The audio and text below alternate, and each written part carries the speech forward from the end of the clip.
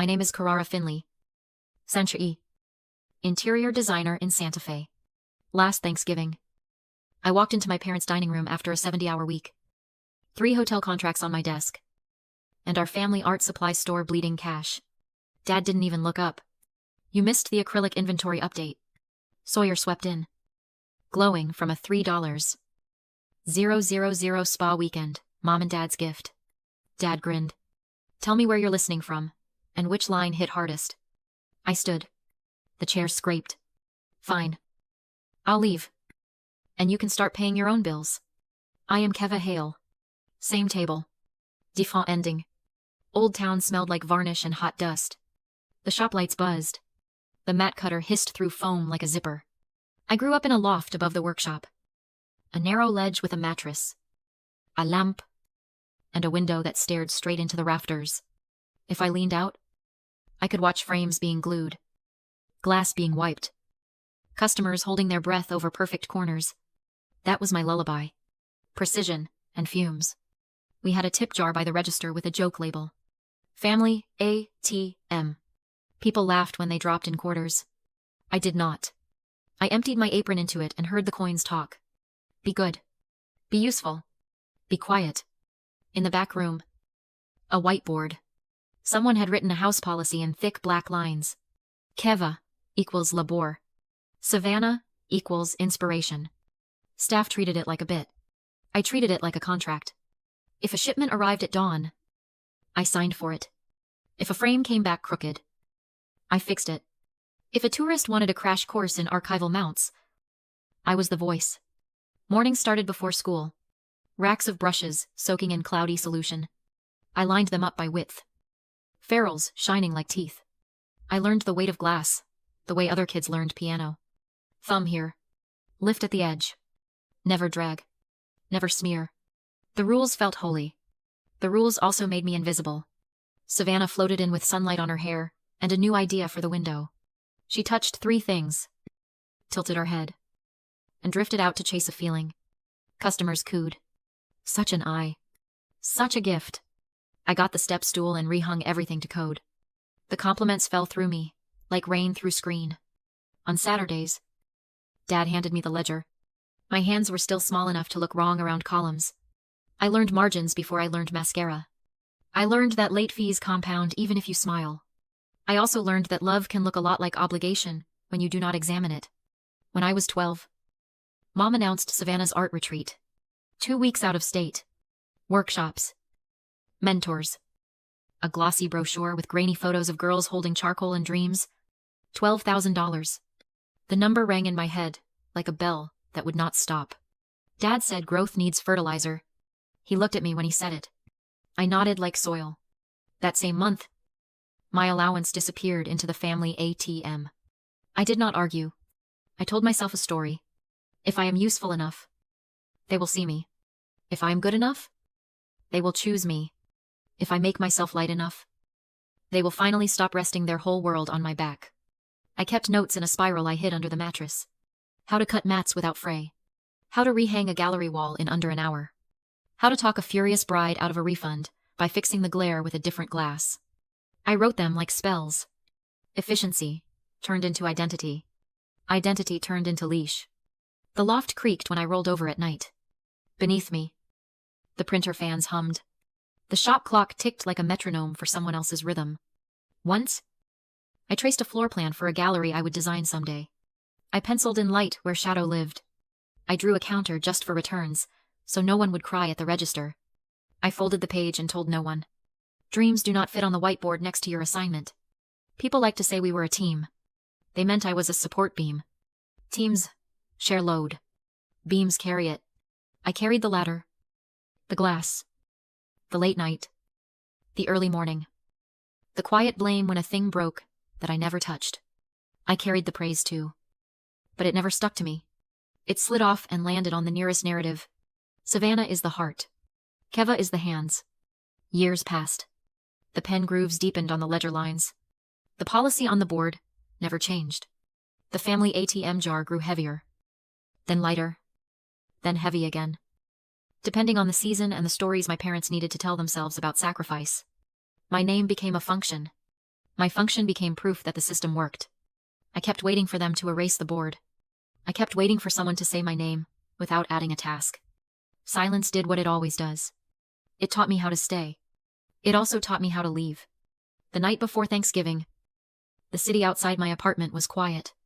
Neon from the diner across the street bled through my blinds in pink strips.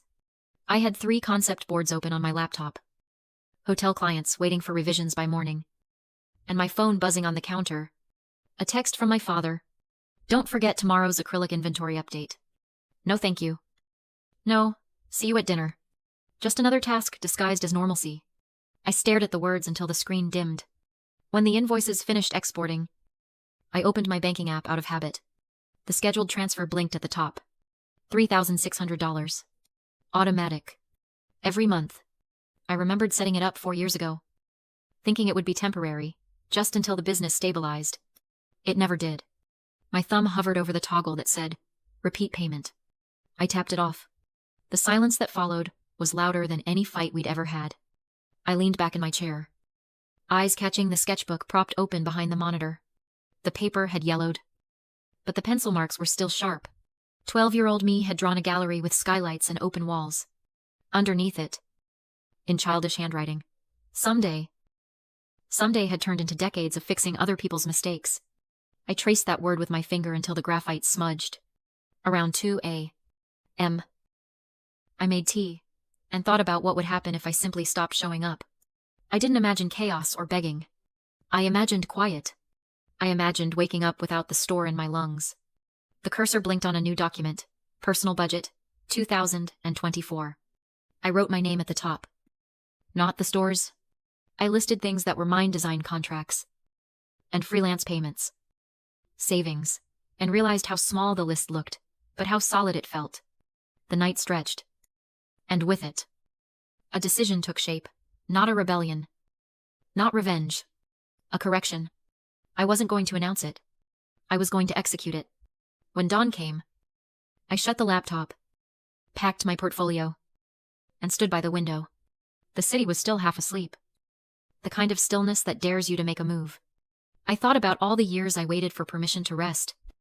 For praise that never came. For fairness that never arrived. Maybe it wasn't about fairness anymore. Maybe it was about proof. Proof that I could walk away without everything collapsing on top of me. That morning, I promised myself no more rescuing. No, more explaining. By the time I drove toward my parents' house for dinner, the decision was already living under my skin.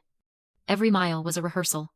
When my father said the words, he always said work, while your sister enjoys, I wouldn't flinch. I would take him at his word. Fine. I'd think. I will. I'll leave. And you can start paying your own bills. And this time, it wouldn't be a threat. It would be the end of the contract I never signed, but somehow lived by. The morning after Thanksgiving, I woke up before the sun. The air, thin and sharp. Like something had been cut open inside me. The house was quiet. Too quiet. As if my old life had already noticed the absence and didn't know what to do with the silence. I made coffee, opened my laptop, and logged into the store's accounting software for the last time. My name was still there, Administrator Keva Hale. I took a screenshot, then clicked Remove Access. A confirmation box popped up. Are you sure? Yes. I was sure. The screen blinked. And just like that, I vanished from their system. The place that had consumed my hours, my paychecks, my health, no longer recognized me. Emails flooded in overdue invoices. Supplier statement. Bank reminders. I read them all once. Each subject line a breadcrumb trail to the truth I'd ignored for years. The numbers told their own story, late payments stacked like unpaid apologies. The debt curve, climbing like ivy on the wall. The last email came from my aunt. Jennifer. Subject line, we need to talk. She showed up that afternoon. Wind-chapped and tired. Clutching a manila envelope. We sat at my kitchen table, the same one I'd bought secondhand when I first moved out. She didn't waste time. They forged your name. Keva. He blinked. On what? She slid out a page from the envelope. And my signature looked back at me. Except it wasn't mine. A lease for a limited edition Giclée printer. $40,000. They made you a contingent guarantor. she said. If they default, it hits your credit first. My pulse slowed to something steady. Almost cold. Of course they did.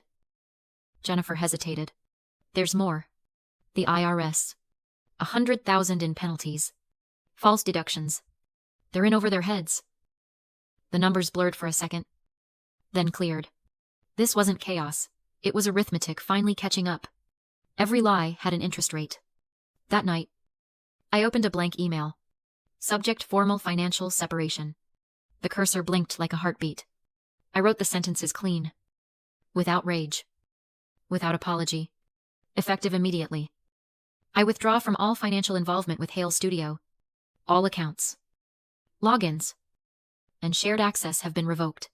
Do not contact me regarding debts or business matters. I attached proof: the bank notice. Screenshots. The forged lease. I didn't explain. I didn't justify. I had explained my whole life. My finger hovered over the send key. For a moment, guilt clawed at the door. The kind of guilt that sounds like your mother's voice saying, "But we're family." Then another voice, my own, quieter but solid, answered, "Love isn't debt. It's choice." I clicked send. The whoosh of the email leaving felt like exhaling after holding my breath for years. I shut the laptop, wrapped both hands around my mug, and sat there while the heater hummed. No applause. No thunder. Just calm. For the first time, the quiet didn't feel empty. It felt earned.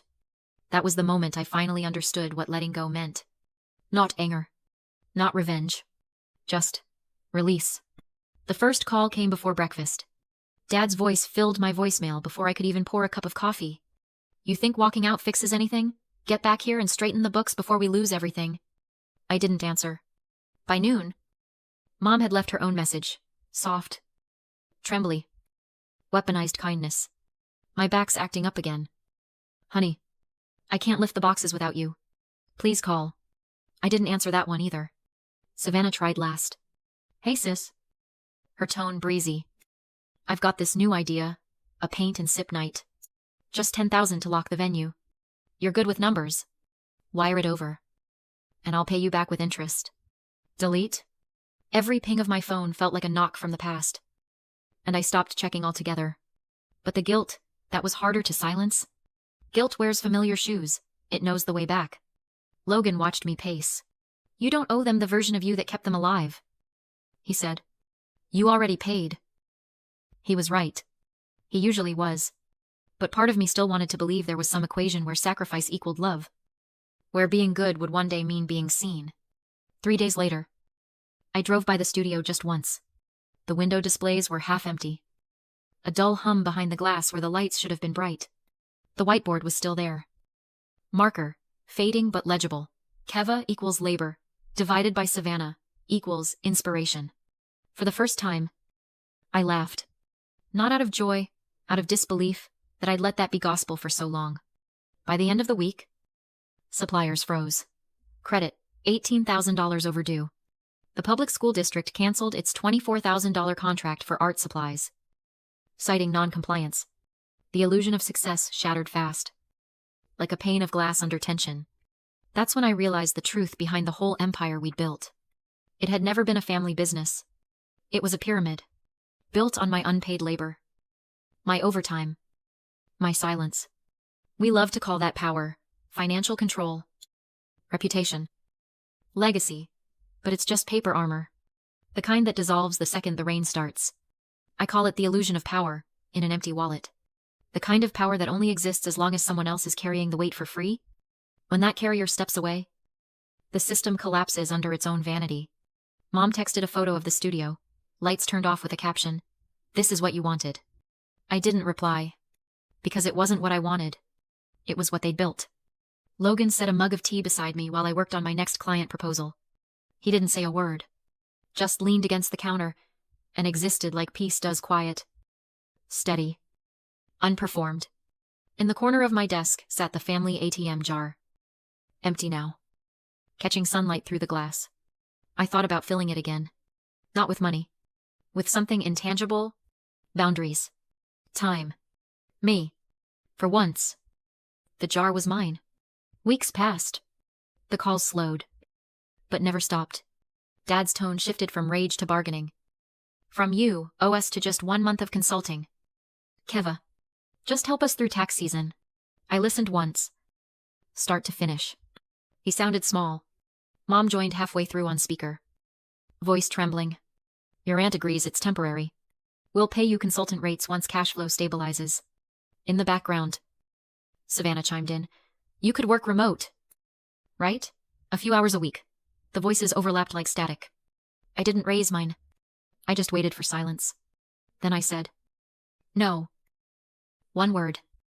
Soft but absolute. I could hear my heartbeat in it. They fell quiet. Then Dad exhaled the way people do when they realize begging won't work. After everything we've done for you, he said. I didn't answer, because that was the point. Wasn't it? Everything they'd done was everything I'd built. That night, I sat at my desk and drafted a letter. Formal. Deliberate. Subject line, termination of financial and business involvement.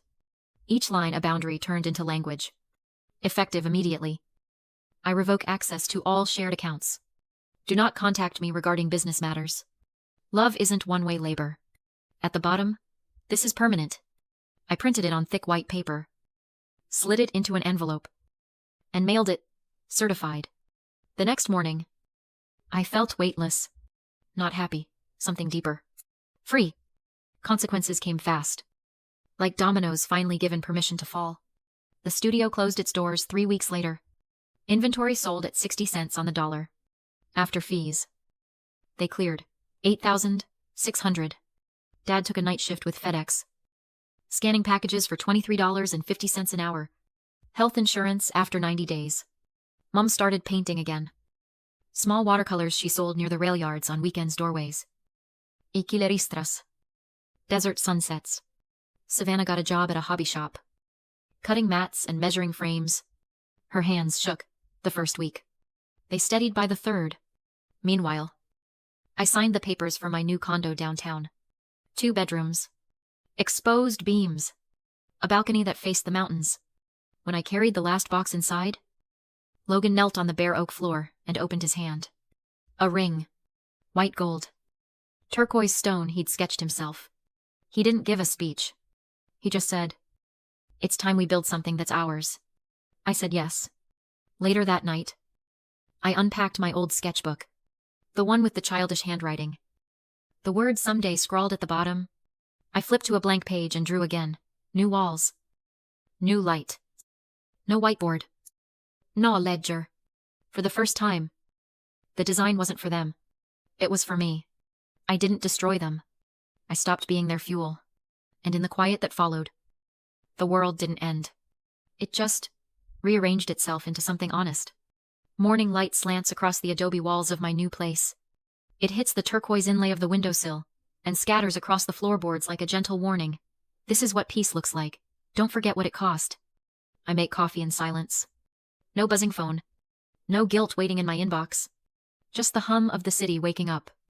6 months have passed since I mailed that letter. 6 months of breathing without permission. Now I spend my mornings reviewing color palettes for a 5-star resort project, hand-woven rugs from Taos. Reclaimed pine beams. Light that moves like water across the lobby floor. When I present designs, people listen. When I send invoices, they pay. I had almost forgotten what fairness felt like. Sometimes, while choosing fabrics, I think of my parents. Dad, under fluorescent warehouse lights, scanning packages. Mom painting doorways and sunsets. Her hands stained with color she finally earned for herself. Savannah measuring matting in a hobby shop. Or laughter, quieter. Her edges more human. I don't hate them. I don't miss them. Either. I think of them the way you think of a city you moved away from, grateful for the lessons, unwilling to return. On the shelf above my desk sits the old family ATM jar. Empty. Clean. Sunlight turns it gold at noon. It's proof that sometimes you have to leave something hollow so you can fill yourself. I close my laptop and whisper the words I wish someone had told me years ago. They taught me endurance. I taught myself escape. Love isn't obligation. It's direction. And sometimes, the kindest thing you can do for people who refuse to grow is to stop cushioning their fall. If this story hit home, tell me the one family rule you refuse to live under. Maybe your words will be the permission someone else needs.